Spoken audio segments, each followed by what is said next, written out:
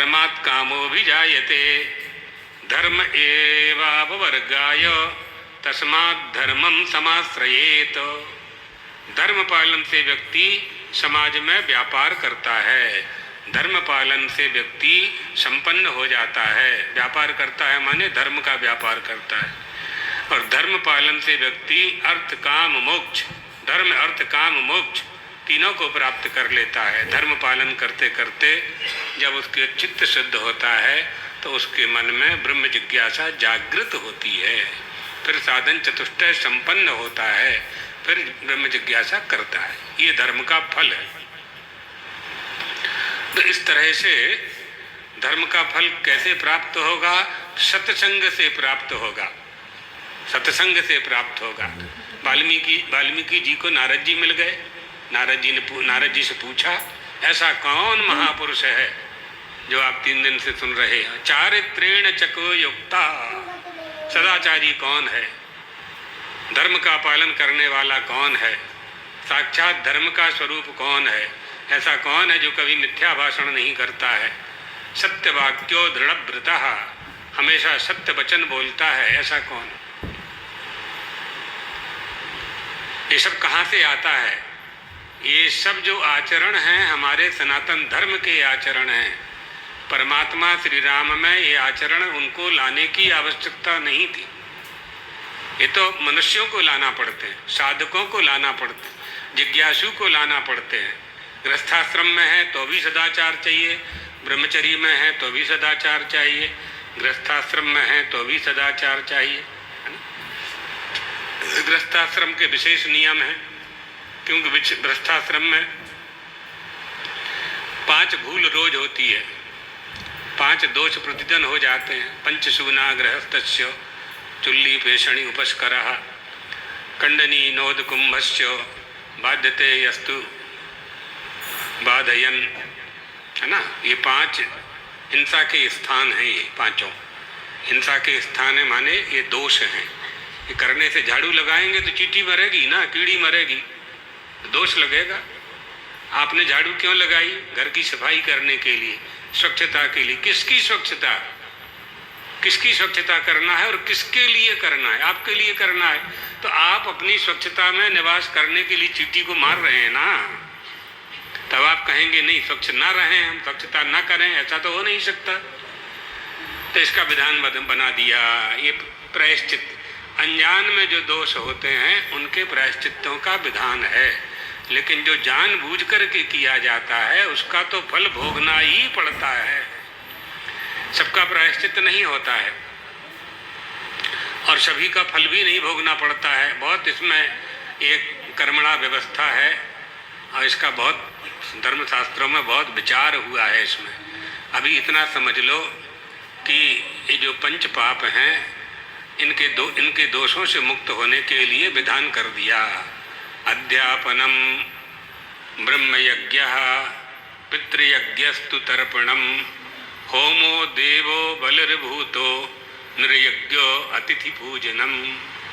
ये जो 5 पाप होते हैं गृहस्थाश्रम में या जो भी करते हैं, किसी भी आश्रम में हो, अगर ये पाप करेंगे हम या हो जाते हैं ये पाप, ये भूल से तो नहीं होते, लेकिन ये ऐसे पाप हैं कि इनका प्रायश्चित किया जा सकता है। तो क्या क्या करना है? वेद पढ़ाना, वेद यज्ञ, अध्यापनम, अध्ययन कराना और अध्ययन करना। अध्ययन अध्यापनं चैव यजनम याजनम तथा। वेद पढ़ाना ये ब्रह्म यज्ञ है, ब्रह्म यज्ञ।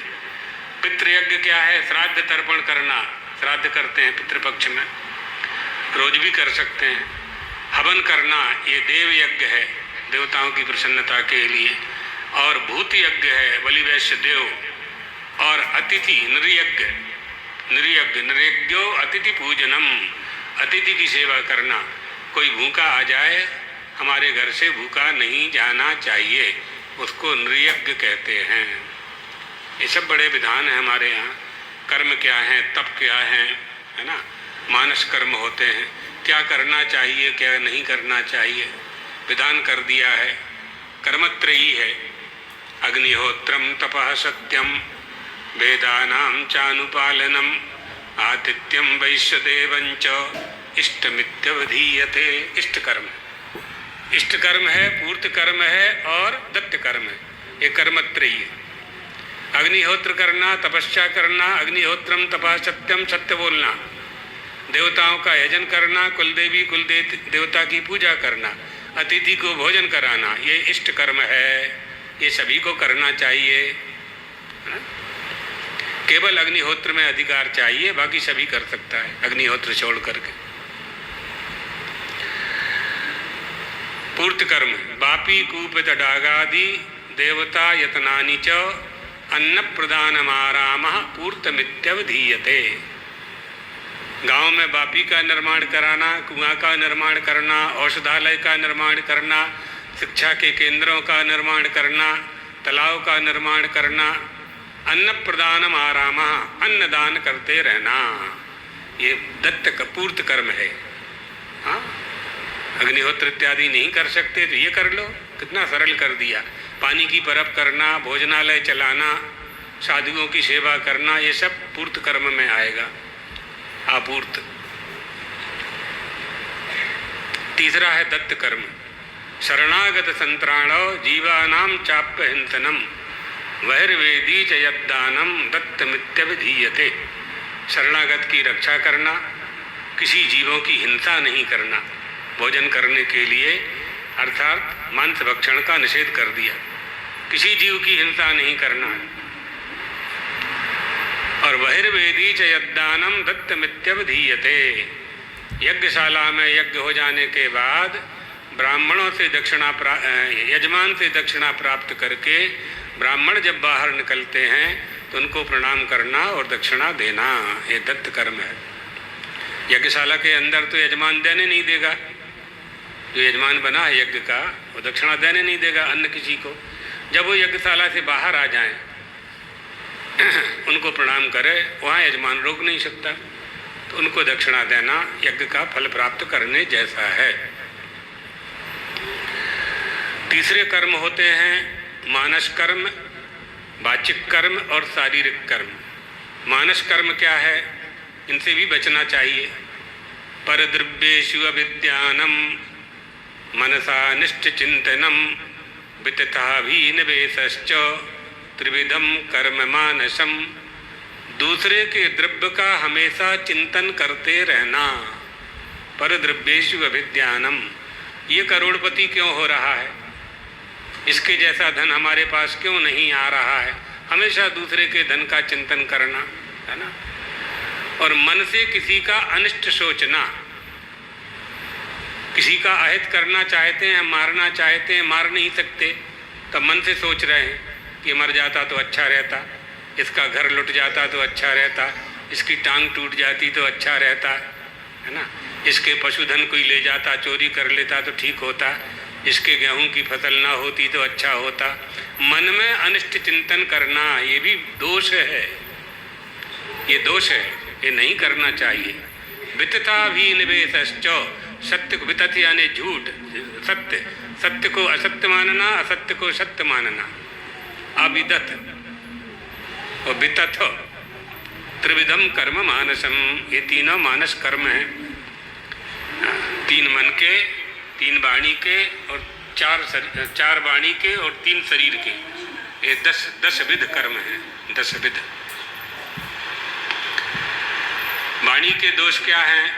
पारुष्यम अनृतं चैव पैशून्यम चापि सर्वशः असंबद्ध प्रलापश्च वाङ्मयं स्यात् चतुर्विधम। पारुष्यम यानी कठोर वचन बोलना, कठोर वचन नहीं बोलना चाहिए, प्रेम से बोलना चाहिए। अनर्थ माने झूठ नहीं बोलना चाहिए। पारुषम अनर्थं चैव, पैशून्यम यानी चुगली करना, इसकी बात उसको कर दी, उसको उसकी कह दी, उसको उसकी कह दी, ये दोष है, चुगली नहीं करना चाहिए। हाँ, और असंबद्ध प्रलापश्च, कभी कुछ कहना कभी कुछ कहना, सवेरे कुछ कहना शाम को कुछ कहना, ये असंबद्ध प्रलाप है। वाङ्मयं स्यात् चतुर्विधम, ये 4 तरह के जो वाणी के दोष हैं और 3 दोष शरीर के हैं। अदत्तानाम उपादानम हिंसा चैवावधानतः परदारोप सेवा च शारीरम त्रिविध स्मृतम। ना दी हुई वस्तु को उठा लेना, ना दी हुई वस्तु को ले लेना, अदत्ता नाम उपादानम। हिंसा चैवावधानतः, अपने सुख की प्राप्ति की कामना से किसी की हिंसा करना। परदारोप सेवा च, स्वयं की पत्नी बीमार पड़ी है और पड़ोसी की पत्नी को गाड़ी में बिठा करके अस्पताल ले जा रहे हैं, है ना। परदारोप सेवा च, कामी पुरुष ऐसा करते हैं। परदारोप सेवा च शारीरम त्रिविध स्मृतम। सेवा करना दोष नहीं है, किसी को अस्पताल लेना दोष नहीं है, उसके पीछे आपका हेतु क्या है, ये दोष है। परदारोप सेवा च, दारा माने स्त्री, दूसरे की स्त्री की सेवा करना, ये शारीरिक कर्म है। अब तपस्या भी है, शरीर से भी तपस्या होती है, वाणी से भी तपस्या होती है, मन से भी तपस्या होती है ना। जैसे मानस दोष होते हैं, इसी तरह से मन से तपस्या भी होती है। जाइए गीता जी में, देव द्विज गुरु प्राज्ञ पूजनम शौच मार्जवम ब्रह्मचर्य महिंसा च शारीरम तप उच्यते। शरीर का तप, देवता की पूजा करना, द्विज की पूजा करना, गुरु की पूजा करना, पवित्रता, शौच यानी पवित्रता, और आर्जव माने सरलता से जीवन यापन करना, ब्रह्मचर्य से रहना, अहिंसा, किसी की हिंसा नहीं करना, ये शरीर का तप है। वाणी का तप क्या है? अनुद्वेग करम वाक्यम सत्यम प्रिय हितं च यत् स्वाध्यायाभ्यासनं चैव वाङ्मयं तपमुच्यते। अनुद्वेग, आवेश में आकर के कुछ भी नहीं बोलना है, हमेशा सत्य बोलना है, प्रिय बोलना है, हित बोलना है, मधुर वाणी बोलना है। मधुबाता ऋतायते मधुक्षरन्ति सिंधवः, मधुर वाणी बोलना। स्वाध्याय करते रहना है, अभ्यास करते रहना है, ये वाणी के तप हैं। और मन का तप है मन प्रसाद सौम्यत्वम मौनमात्म विनिग्रह भाव संशुद्धि तत् तपोमान समुच्यते। मौन रहना, बहुत से लोग मौन रहते हैं, कुछ का समय रहता है निश्चित, वो अपने समय पर मौन हो जाते हैं, फालतू बात नहीं करने का अवसर मिलता है उसमें, ये भी तप है ना।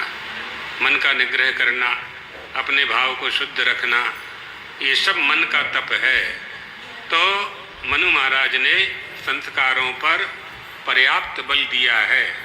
मनुस्मृति में भी इनका उल्लेख प्राप्त होता है और पुराणों में भी इनका आश्रय लिया है।